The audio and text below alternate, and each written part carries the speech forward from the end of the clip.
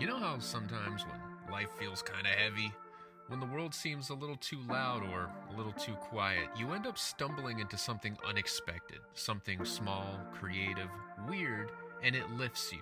Like a cartoon you loved as a kid or a doodle that turns into an idea that turns into a thing. Today, we're diving into one of those things. I'm talking with Geeligan, the creator of a SpongeBob fan series, Legend of the Lost Formulas. And it's funny how making something just for the joy of it can spark a real connection, a real collaboration, a real friendship. This isn't just about cartoons, it's about how creativity gives us a way out and sometimes a way in. Into a community, into confidence, into something bigger than ourselves. So grab a pen and some paper. Let's meet the person behind the jellyfish net. This is the Sketchbook Show.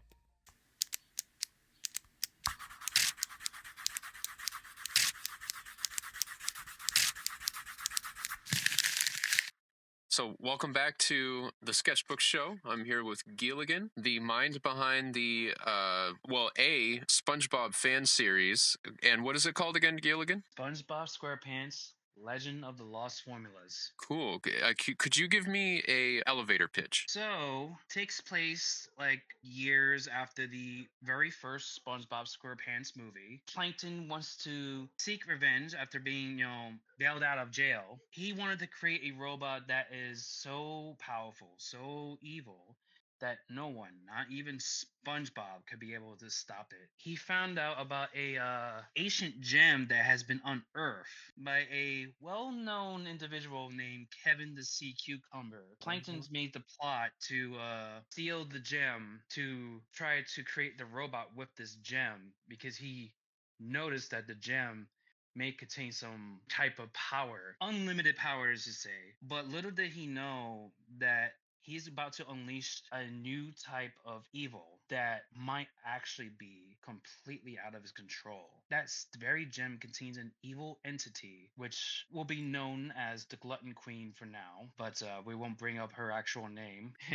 If you guys search for it, you may be able to search for it. Now the villain has been unleashed. It's up to SpongeBob and his friends to basically gather the 7 lost formulas all around the world and create the ultimate patty known as the Golden Patty with, of course, the golden spatula to stop this new villain from doing some really bad things. This is a great premise because it doesn't even sound like a fan project. It sounds like a real SpongeBob project. I gotta say, I'm very excited about this. It's awesome. Oh So, man, so thank you so much. heck yeah. So where did your love for SpongeBob begin? Just like many of us grown man children, I first saw the show as a kid during the summer of 1999 when SpongeBob was first premiered. Funny enough, the very first episode that I've seen was I think it was the episode Bubble Stan, and there was that other episode, I think it was Ripped Pants. Good Of start. that Good one, start. watching those first couple of episodes of SpongeBob, I was instantly hooked. Even before SpongeBob, like I was already enthralled by like the undersea life in a sense. Especially like watching stuff like the Museum of Natural History and looking at the deep sea creatures that were hanged up on the walls and stuff like that. Especially you go to that one big section with the blue well. Yes, I love that museum. Yeah, the Museum of Natural History. Also referenced in I think it was a Steven Spielberg animated film. We're back at Dinosaur Story. Oh, I love that movie. All thanks to SpongeBob, it genuinely got me hooked, and over time, it got me like genuinely inspired to make my own characters in my teen years and stuff like that. I was like genuinely was making like ideas of fan projects, and I even thought of like some crazy crossovers. Funny enough, there was like an idea pitch I had in my mind, thinking of like SpongeBob crossing over with the Secret of Nim at one point. Last thing, another like type of crossover. You might probably recognize this one. There was like an actual fan fiction idea that I was starting to write it down and certain areas that involves a crossover between SpongeBob and Chowder. You Oh, know, that makes sense. yeah, and believe it or not, the concept idea I have for it is like Marzipan City and Bikini Bottom used to be all in one place until certain concepts and elements of Legend of the Lost Formulas actually started out with this one, including involving with the Glutton Queen and also the Gem. Oh, interesting. So Interesting. the concept of the Glutton Queen villain that I have in mind has been around for as long back as the late 2000s or the early 2010s. I just basically stopped because I was working on an original series, or I had ideas of working on in an original series known as Star Melody Musical Warriors, a main character that actually started off as a fan character of SpongeBob, funny enough, but now I made her to like this original character herself. Unfortunately, didn't went anywhere for a good while because of personal reasons. I will say that the people that did looked at the concept for Star Melody, they genuinely liked the concept, you know, and I probably get into more in that if you want to hear more about it. We'll probably save that for a little bit later. Yeah, hopefully it works out because it looks great. So it sounds like you spend years writing a lot of your stuff. Is that usual for you? How long do you normally take to write things, to brainstorm a whole project? It really depends. Nowadays, I'm actually a lot more active. Funny story that now that you're asking me about this in terms of the stories, writing my stories. Originally, when I was writing for like the next comic, right? Mm-hmm. Currently out right now, like the, you know, issue one, chapter one. You can find it on DeviantArt, Blue Sky, Instagram, Facebook, and all that stuff. I mean, of course, Newgrounds. It turns out that once I was done and I was looking at the script and stuff like that, I just realized, and I even looked at like how many pages is a comic book issue, and the comic book issue was like 20 pages, and I was just like, oh my God, or dear Neptune, as would say. I written the script was extremely long. This story will probably fill up about almost 100 pages long. Like it was that crazy. I decided to split the script like 2 issues so far. It might even go to a third You might possibly. might need a trade paperback in the future. I just went completely overboard. I think like writing for like the next comic took a lot longer than expected, but it's mainly because I was writing a bit too much. But it took me like maybe like a couple of weeks to like get it around done. Back then, I would go through a lot of like personal issues, especially on myself. Like I not to be a bit too personal, but like, I gone through like a lot of anxiety inducing situations. There's times I had procrastinated a lot. So that's like another reason why SpongeBob fan comic didn't start it until like late last year. I And totally relate with you there. You know, like when personal stuff happens, yeah, you're thrust into anxiety, depression. It's truly a struggle for every artist, writer, musician, and any form of art. Really, it's like we all have to struggle with that. And would that be why instead of sticking with Star Melody, you think you found more inspiration in completing your SpongeBob fan story? Because you know, SpongeBob's one of those nostalgic properties that is there for us when we're down. Do you think that's why you flocked to finishing SpongeBob more? I guess you could say that, especially nowadays in current events. Uh, You ain't kidding. So what drew you to, I mean, like, because most people, they make fan comics, they post them on some kind of infinite scroll website. Some people, they make zines. So what drew you to YouTube and voice acting for this project? Because I got to say, that's the thing that drew me to your fan story, was the fact that, I mean, tons of people tell me they have a fan story going on. It's like, you know, whatever, DeviantArt, whatever. But like, you had yours on YouTube, and you have really good voice actors, and you found yourself some good artists. What drew you to YouTube and voice acting for this project? it all started around last year when I was like just dabbling around on YouTube, and then I was looking through like legit comic dubs. There are some like genuinely good ones, like with actual actors and stuff like that. There's some really good editing here and there too. But then there's ones, you know, they use AI voice for for that one.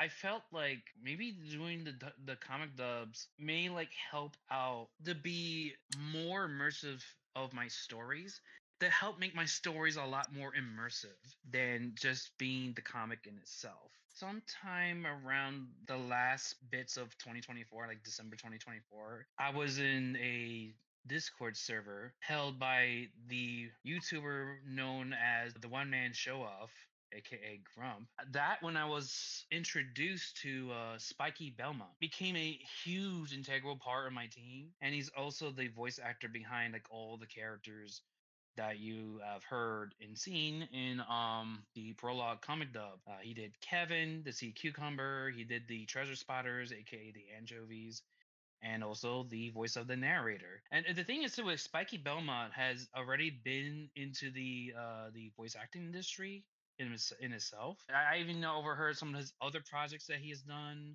He also did a pilot project for an original project actually, and he also did like voice acting to a certain kart racer that might be a bit much to say here. Okay. Okay. But yeah, he is a fantastic voice actor. You and virtually everyone else pretty much agreed. It's not on the same realm as D. Bradley Baker's voice of Kevin. It's genuinely good enough to be like its own take on Kevin. The best part is that it just doesn't sound amateurish. You know, I mean, anybody can get on here and do a weird voice, but like you know the difference. You know the difference between people making weird voices and voice actors, and you found yourself a voice actor. Being a director, it has its own challenges. Like I'm actually doing more of the asking around to see what which part of my direction is okay and stuff like that. We genuinely work together. But going back to like that Discord server that I was in, Grump, aka the One Man Show Off, talked about this artist goes by the name of Methalicious. He told me that she's the artist who did those SpongeBob fan stories involving this female character who was with a demon buff SpongeBob character. Yes. That genuinely got me very intrigued. I already showed you some of her work. I freaking love it. It's obviously it's SpongeBob, this demon SpongeBob character, but it's also like so incredibly original. I love that character. They're an amazing artist. She tends to like be like very introverted, I guess, in her own shell because she used to get like a lot of bullying and harassment because of the demon buff SpongeBob design in her stories and stuff like that. Sounds But like the internet. yeah, somehow miraculously not only gotten herself to come out of that cell a bit, basically kind of made her to be a huge integral part of another huge integral part of my team as well. She is so much more than what these people label her as. She was the ones actually doing like these detailed still paintings. She's been helping me out, even helping out Mofetta in terms of suggestions and stuff like that. I could probably put her in a sort of a co-director position. What's your process for finding all these creative people to work on this project? How do you approach them? How do you convince them to work on this? I basically introduce myself. Then I basically show them about what it's about, the drawings and stuff like that. It has its mixed results, I would say. Not it doesn't work all the time, but it seems like whenever I show them something, they show actual genuine interest because of the base premise of what's being showed in itself alone. The biggest person, and I think this one means so much to me, is Mofetta from Brooklyn. He is the general illustrator behind the comic pages itself. Me and him actually first met on DeviantArt back in the late 2000s, a long time ago. Basically became very quick friends. We tend to hang out together a lot, and his family basically welcomed me sort of like a family member of their own. It's your Patrick, or are you Patrick? I had a SpongeBob Sona that is like a starfish. I made Sponge Sona for him that he said that if he was a SpongeBob Sona, he would be a striped bass. So I drew him a striped bass character based on him for his birthday, which came and went last week. Mofetto from Brooklyn. Happy birthday. Hope you have So the best day ever. yeah. One last thing about Spiky Belmont. He's also the general producer of the comic dubs. If it weren't for Grump, aka the One Man Show Off, I probably wouldn't have met Mephalicious nor Spiky Belmont and even by extension, Dr. Jones, who is taking helm of wanting to join me in my project and stuff like that. That he's been wanting to work on some character designs and all that stuff. So yeah, there's also like other actors that are willing to join in and help me out with this too, like Sage Obdor. Probably butchering the name, but I'll just call them Sage. They also done some like projects, like they were doing like a Lego voice acting cartoon of Legos. There's also Brother who unfortunately I haven't really done much with Brother, but Brother did sort of help out with some of the character designs, some of the concept art for the comic, and even the logo. By the way, the logo was originally was called SpongeBob SquarePants Robo Uprising. I wanted to make it sort of like a pseudo sequel to the very first SpongeBob video game known as SpongeBob SquarePants Legend of the Lost Spatula. Do you remember, not to get off topic, what was the game that had Timmy, Jimmy, Danny Phantom, and SpongeBob? Oh, Nicktoons Unite. Yeah, you remember There's a that? series of those games. Yeah, I remember playing and beating Nicktoons Unite. And even the Jimmy Timmy Power Hour, and yeah, that was all a big deal. How do you approach writing a new episode of SpongeBob? I mean, there's so many episodes of SpongeBob out there. Like, what's the process of writing things that hasn't been done yet? Like if you think about The Simpsons, they almost forget their own continuity half the time because there's so many episodes. Like, so what's your process? Well, I just imagine how it's gonna unfold, how the story's gonna unfold, and certain stuff like that, and I just tend to like write it down. But now that I have an actual genuine small team, I got Methalicious and Spiky Belmont guide me in certain directions on and help me out with certain aspects. They even add their own like suggestions on certain things that either they work or they don't work. I appreciate it all the same. I think like for Spiky, he has genuinely helped me a lot. Like he even introduced me to he introduced me a pitch to a new character that he had for this series. I did alluded to certain aspects of the history of my comic, the SpongeBob and Chowder crossover idea that didn't went through much. There was elements of that that's been implemented to this one, the SpongeBob project. But I think like after the failure of Star Melody initially at the time, I think there was like a concept Nickelodeon pitched a while ago for their third SpongeBob movie. Initially, it was going to be called It's a Wonderful Sponge, but that got completely scrapped and it was turned into Sponge on the Run. Upon reading the scrapped SpongeBob movie, that was like one of the most interesting stories I have ever heard for SpongeBob for a very long time. Like it was so ambitious that I was just mad at Nickelodeon for even scrapping that in the first place. Like it had like alien invading cats and all that stuff. It's something out of the realm of what SpongeBob usually is in a sense. Like it has a bit of a higher stakes tone to it. And there's even some like storyboarding scenes I saw that definitely moved me so much. There was like an idea that sparked in my mind that made me want to like work something like that. Why I basically made around like working around the design of the Glutton Queen. So is that who this Spon- is right here? Yes, that is the Glutton Queen. That is the main villain of my SpongeBob comic series. There was like ideas floating around in my head. Me and Mufetta was working on some like design improvements on the Glutton Queen until unfortunately one harrowing day when I overheard that creator of SpongeBob Steven Hillenberg passed away from ALS. It was like late 2018 when I first heard about that. That is what sparked me into like wanting to work on a SpongeBob comic series. Not only it is a celebration of SpongeBob's history, his legacy, and the entire franchise on its own. But what that show had inspired, it is a celebration of every single generation of SpongeBob fan. Not just from the first three seasons in the movie, but everything else afterwards is going to have crossover elements of other SpongeBob fan projects that I have in mind.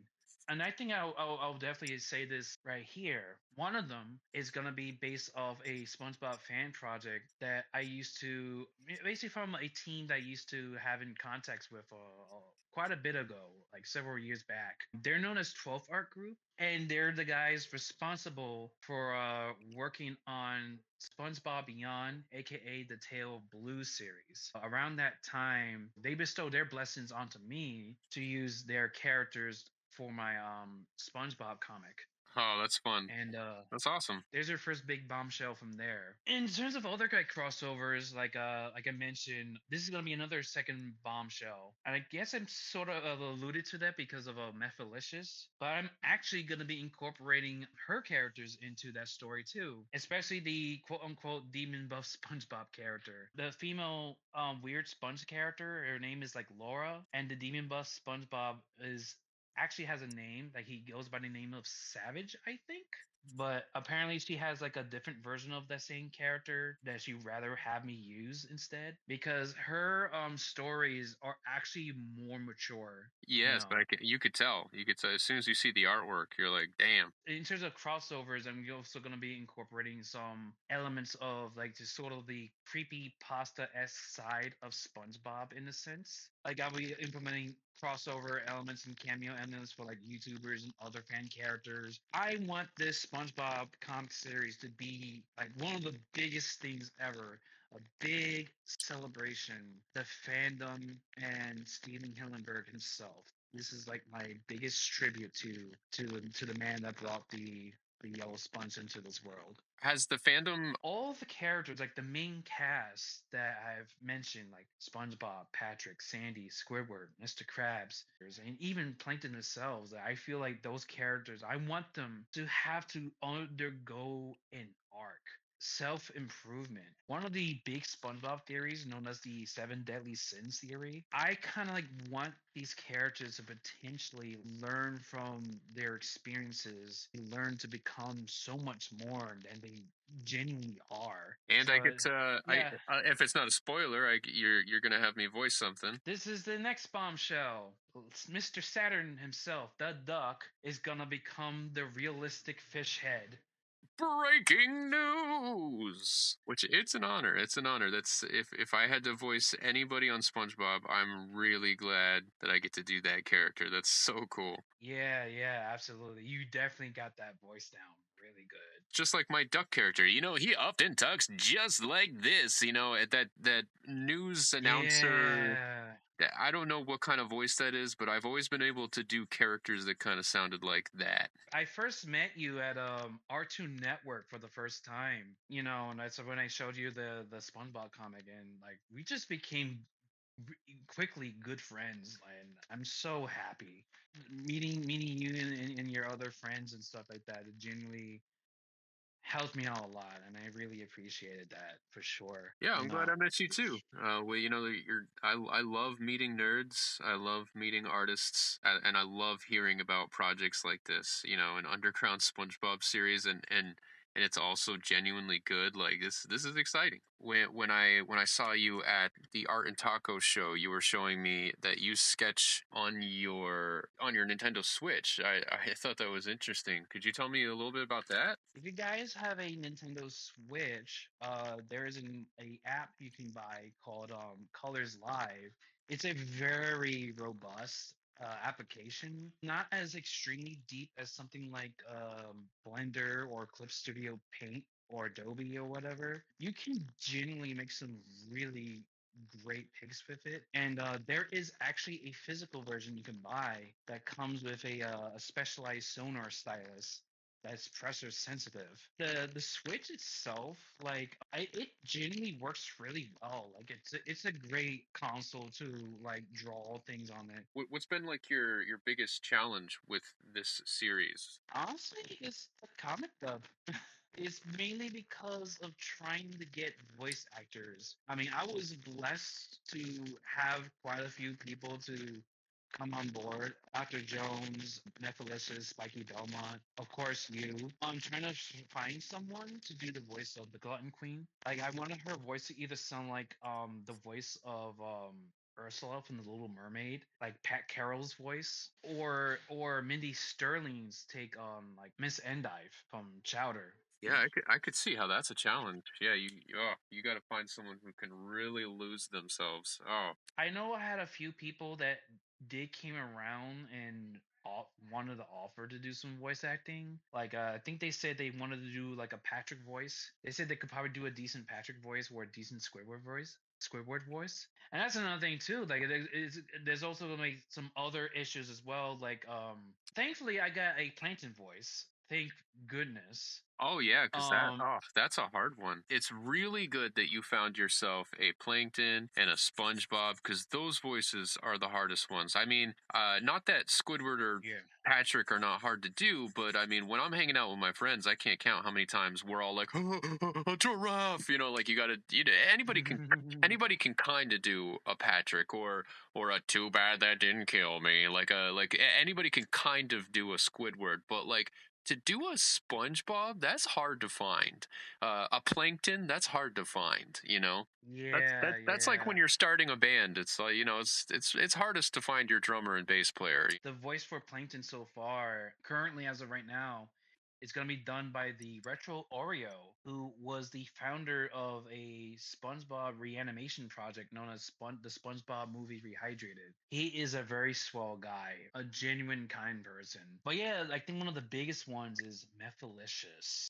She is going to be the one doing the voice of SpongeBob, Gary, Sandy, and Karen. Wait a minute, your SpongeBob was Methalicious? Yes. Oh, Yes.